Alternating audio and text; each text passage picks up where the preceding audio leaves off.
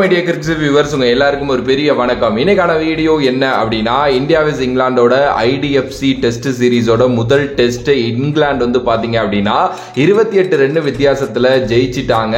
S, Rajiv Gandhi international stadium ஹைதராபாத்ல தான் வந்து பாத்தீங்க அப்படின்னா இந்த மேட்ச் வந்து நடக்குது. 25ஆம் தேதியிலேருந்து கிட்டத்தட்ட 2வது நாளே இந்த மேட்ச் முடிஞ்சிரும் அப்படின்ட்டு எக்ஸ்பெக்ட் பண்ண டைம்ல இன்னைக்கு வரைக்கும் இந்த கேமை இங்கிலாந்து எடுத்து கொண்டுட்டு வந்து ஜெயிச்சிருக்காங்க அப்படிங்கிறது வந்து பெரிய விஷயம். எஸ், இங்கிலாந்து தான் ஃபர்ஸ்ட் இன்னிங்ஸ் வந்து பாத்தீங்க விளையாண்டாங்க. 246 ரன் வந்து பாத்தீங்கன்னா அடிச்சாங்க. அந்த டைம்ல ஸ்டோக்ஸ் வந்து நின்னு ஒரு 70 ரன் வந்து பாத்தீங்க அப்படின்னா அடிச்சிருந்தாரு. ஓகே, அதுக்கப்புறம் விளையாண்ட இந்தியா பயங்கரமா விளையாட ஆரம்பிச்சிட்டாங்க. பிகாஸ் எஸ்எஸ்வி ஜெய்ஸ்வால் ஒரு 80, ராகுல் ஒரு 86, ரவீந்திர ஜடேஜா ஒரு 87, அக்ஷர் பட்டேல் ஒரு 44, ஸ்ரீகர் பரத் ஒரு 41 அப்படின்னு சொல்லிட்டு இந்தியா எங்கேயோ கொண்டு போயிட்டாங்க. கிட்டத்தட்ட வந்து பாத்தீங்க அப்படின்னா 190 ரன்களுக்கு மேல வந்து அவங்க லீட் பண்ணிட்டாங்க.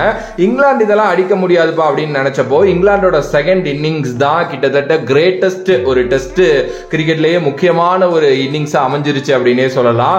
ஜாக் கிராவ்லி, டக்கட் இவங்க ரெண்டு பேரும் ஒரு நல்ல பார்ட்னர்ஷிப் கொடுத்தாங்க. அதுக்கப்புறம் ஆர்லி போப் 2 நாளா அவர் விளையாண்ட விதம் அப்படிங்கிறது இங்கிலாந்து எடுத்துட்டு போயிருச்சு எங்கேயோ. ஃபோக்ஸ் இடையில ஒரு நல்ல ஒரு பார்ட்னர்ஷிப் ஆர்லி போப்போட கொடுத்தாரு. ரேகன் அகமது அவர் ஒரு நல்ல பார்ட்னர்ஷிப் கொடுத்தாரு. கடைசியில டாம் ஹாட்லி அவர் ஒரு நல்ல பார்ட்னர்ஷிப் வந்து கொடுத்தாரு. இந்தியன் பிளேயர்ஸ்னால அவங்களோட விக்கெட்டை எடுக்கவே முடியல. கடைசியில கொண்டு போய் வந்து பாத்தீங்க அப்படின்னா எங்கேயோ நிப்பாட்டிட்டாங்க. அதாவது 230 ரன் நீங்க அடிங்க, முடிஞ்சா அடிச்சு ஜெயிச்சுக்கங்க அப்படிங்கிற மாதிரி நமக்கு ஒரு டார்கெட் வச்சுட்டாங்க. இது ஒரு நார்மலான விஷயம் கிடையாது. எப்பயாவது எங்கேயாவது ஒரு டெஸ்ட் மேட்ச் வந்து இப்படி நடக்கும். ஏன்னா அந்த இங்கிலாந்தோட செகண்ட் இன்னிங்ஸ் பேட்டிங் அப்படிங்கிறது வந்து வேற மாதிரி இருந்துச்சு. குறிப்பா ஆர்லி போப் நம்மளோட ஹோப் எல்லாத்தையுமே எடுத்துட்டு போயிட்டாரு அப்படின்னு வந்து சொல்லலாம். அவர் நின்னுட்டாருங்க, கட்டையை போட்டுட்டு நின்னுட்டு இந்தியன் பவுலர்ஸ் சும்மா சொலண்டு அடிக்க ஆரம்பிச்சுட்டாரு. 230ங்கிற மாதிரி ஒரு பெரிய நம்பரை நோக்கி விளையாட ஆரம்பிச்சாங்க இந்தியா. ரோஹித் சர்மா நல்லா ஸ்டார்ட் பண்ணாரு. அதுக்கப்புறம் யாருமே பெருசா சொல்லிக்கிற மாதிரி இல்ல. டாம் ஹாட்லி அப்படிங்கிற ஒரு ரூக்கி ஸ்பின்னரை வந்து பாத்தீங்க அப்படின்னா இங்கிலாந்து எடுத்துட்டு வந்திருந்தாங்க. ஃபர்ஸ்ட் இன்னிங்ஸ் அவருக்கு பெருசா வந்து அமையல. பட் அந்த 2வது இன்னிங்ஸ் பேட்டிங்லயா இருக்கட்டும் இல்ல பவுலிங்லயா இருக்கட்டும் கேமை வந்து பாத்தீங்கன்னா இங்கிலாந்துக்கு வெற்றி பெற வச்சுட்டாரு அப்படின்னு வந்து சொல்லலாம். 7 விக்கெட், முக்கியமான எல்லா விக்கெட்டையும் சும்மா தகர்த்தெறிஞ்சிட்டாரு அப்படின்னு தான் நான் சொல்லுவேன். எஸ்எஸ்வி ஜெய்ஸ்வால் ஆரம்பிச்சு அதுக்கப்புறம் ரோஹித் சர்மாவையும் அவர் தான் எடுத்தாரு. கில் அவர் தான் வந்து பாத்தீங்க அப்படின்னா எடுத்தாரு. அக்ஷர் பட்டேலோட ரொம்ப முக்கியமான விக்கெட், கேஎல் ராகுலோட ஒரு நல்ல பார்ட்னர்ஷிப் போயிட்டு இருந்துச்சு. அப்ப அவரை தூக்குனாரு. இடையில ரூட் வந்து கேஎல் ராகுல தூக்குனாரு. அதுக்கு அடுத்தபடியா ஜாக் லீச் அவருக்கு வந்து பாத்தீங்க அப்படின்னா டோ இன்ஜூரி வேற. அவருக்கு வந்து கால்ல வந்து நீல ஒரு இன்ஜூரி. அதனால அவரால் காலை எடுத்து வைக்கவே முடியல. அப்படியே அவர் ஒரு 10 ஓவர் போட்டு ஸ்டேசையரோட விக்கெட் அவர் எடுத்தாரு. ரவீந்திர ஜடேஜாவோட ரன் அவுட், ஸ்டோக்ஸ் பறந்து அடிச்சாரு. அவருக்கு முட்டில இப்பதான் சர்ஜரி முடிஞ்சிருக்கு. அப்படியே பறந்து தூக்கி அந்த முட்டியோடய விழுந்து அடிச்சாரு. ஸ்ரீகர் பரத்துக்கும் ரவிச்சந்திரன் அஸ்வினுக்கும் ஒரு நல்ல ஒரு பார்ட்னர்ஷிப் போயிட்டு இருந்துச்சு. பட் ரொம்ப டிப்ரெஸ் ஆயிட்டாங்க ரெண்டு பேருமே. சோ அதனால அடிக்க போயிட்டு அவங்க அவுட் ஆனது. ஜஸ்பிரீத் பும்ரா, முகமது சிராஜோட ஒரு குட்டி ஒரு பார்ட்னர்ஷிப் அதை வந்து பாத்தீங்கன்னா கடைசியில முடிச்சாங்க. குறிப்பா அந்த டாம் ஹாட்லி அவர் தாங்க வேற மாதிரி பண்ணி விட்டு போயிட்டாரு. ஃபர்ஸ்ட் கிளாஸ்லயே அவரோட அதிகபட்ச விக்கெட்டே 5 தான். இந்த வாட்டி வந்து பாத்தீங்கன்னா இன்டர்நேஷனல்ல 7 விக்கெட் ஒரே மேட்ச்ல எடுத்திருக்காரு. ஆப்வியஸ்லி வந்து ஒரு நல்ல ஒரு முடிவு அவர் எடுத்துட்டு வந்தது அப்படின்னு யோசிச்சிருப்பாங்க. ஆனா நான் ஒன்னு சொல்றேங்க, இந்தியன் பேட்டர்ஸ் கொஞ்சமாவது வந்து பாத்தீங்கன்னா சில விஷயங்களை மாத்தி தான் ஆகணும். ஒரு சில இன்க்ளூஷன் பண்ணி தான் ஆகணும். ஒரு சில எக்ஸ்க்ளூஷன் இருந்து தான் ஆகணும் டீம்ல இருந்து. ஆப்வியஸ்லி வந்து இங்கிலாந்து ஜெயிச்சிட்டாங்க. இந்த மேட்ச் ஆரம்பிக்கிறதுக்கு முன்னாடி என்னென்னமோ பேசினாங்க இந்தியன் கமெண்டேட்டர்ஸ் அண்ட் முன்னாடி கிரிக்கெட்டர்ஸ். அவங்க எல்லாரும் பேஸ்பால்லாம் இந்தியாவில் ஒர்க் அவுட் ஆகாதுப்பா, அதெல்லாம் அவங்க இங்கிலாந்துல பாகிஸ்தான்ல ஆனாதான் அதெல்லாம் இதாகும், இந்தியன் பிச்சர்ஸ்ல அதெல்லாம் ஒன்றும் பண்ண முடியாது, இங்கிலாந்து தோத்துட்டு தான் போவாங்க அப்படின்னு சொல்லிட்டு வாய் இருக்கு பாத்தீங்களா. நம்மள்ட்ட வாய் இல்லைன்னா நாய் தூக்கிட்டு போயிடும், அந்த கதை தான். அந்த மாதிரி இங்கிலாந்து கிரிக்கெட்டை கொச்சப்படுத்தி பேசினாங்க நிறைய பேர். ஈவன் தோ இங்கிலாந்து கிரிக்கெட்டர்ஸ் கூட பேசினாங்க தான். பட் ஆனா இங்க ஜெயிக்கவே முடியாது அப்படின்னு தான் நம்ம எல்லாருமே அவங்கள பார்த்து சொல்லிட்டு இருந்தோம். அதுவும் நீங்க ஆடுற பிராண்ட் ஆஃப் கிரிக்கெட் இங்க ஒத்து வராதுங்கிற மாதிரி தான் அவங்கள்ட்ட வந்து நம்ம எல்லாரும் சொல்லிக்கிட்டு இருந்தோம். ஓகே, பட் எல்லாருக்கும் சேர்த்து வச்சுட்டு போயிட்டாங்க இங்கிலாந்து அப்படின்னு தான் நான் சொல்லுவேன்.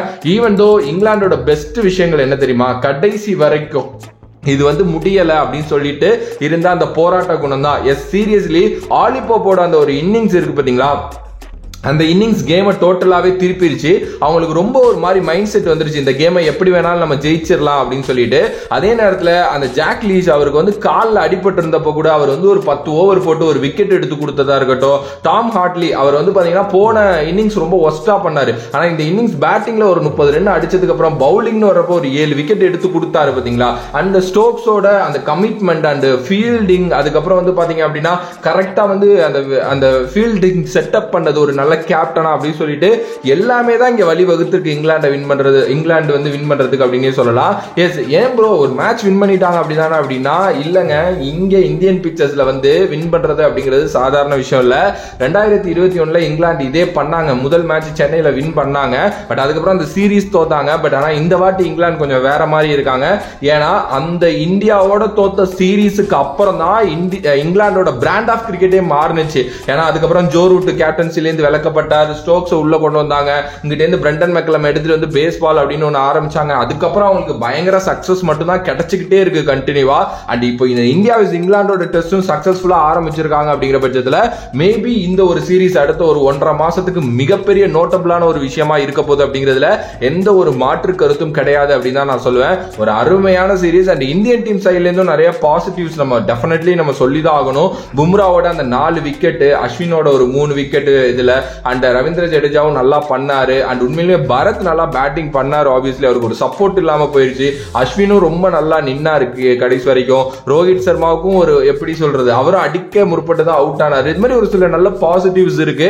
ஆனா ஒரு சில நெகட்டிவ்ஸ், குறிப்பா அந்த மிடில் ஆர்டரை ஸ்ட்ராங் பண்ணியே ஆகணும் இந்தியன் டீம். இந்த ஸ்ரேயஸ் ஐயர், சுக்மன் கில் இவங்க எல்லாம் தயவு செஞ்சு டொமஸ்டிக் ஆட வச்சு டொமஸ்டிக்ல நல்லா பண்ணா மட்டும் உள்ள எடுத்துட்டு வரணும். ஆப்வியஸ்லி இவங்கலாம் நல்லா ஸ்டார் பிளேயர்ஸ் பண்ணிருக்காங்கன்ட்டு கில்லுக்கெல்லாம் 16-17 இன்னிங்ஸ் கொடுத்துருக்கோம் நம்ம. எஸ், ஆப்வியஸ்லி இதெல்லாம் நோட் பண்ணுவாங்கன்னு நினைக்கிறேன். பார்க்கலாம் அடுத்த மேட்ச் எப்படியா இருக்க போகுது அப்படின்னு சொல்லிட்டு. ஒரு சூப்பரான மேட்ச், 2வது நாளே முடியுங்கிற மேட்ச் வந்து 4வது நாள் வரைக்கும் எழுதிட்டு வந்ததே பெரிய விஷயம் தான். நீங்க இதை பத்தி என்ன நினைக்கிறீங்க அப்படின்ட்டு மறக்காம கமெண்ட் பாக்ஸ்ல கமெண்ட் பண்ணிட்டு, if you like the video please like, share and subscribe to நம்மளோட கிரிக்ஸிப் சேனல்.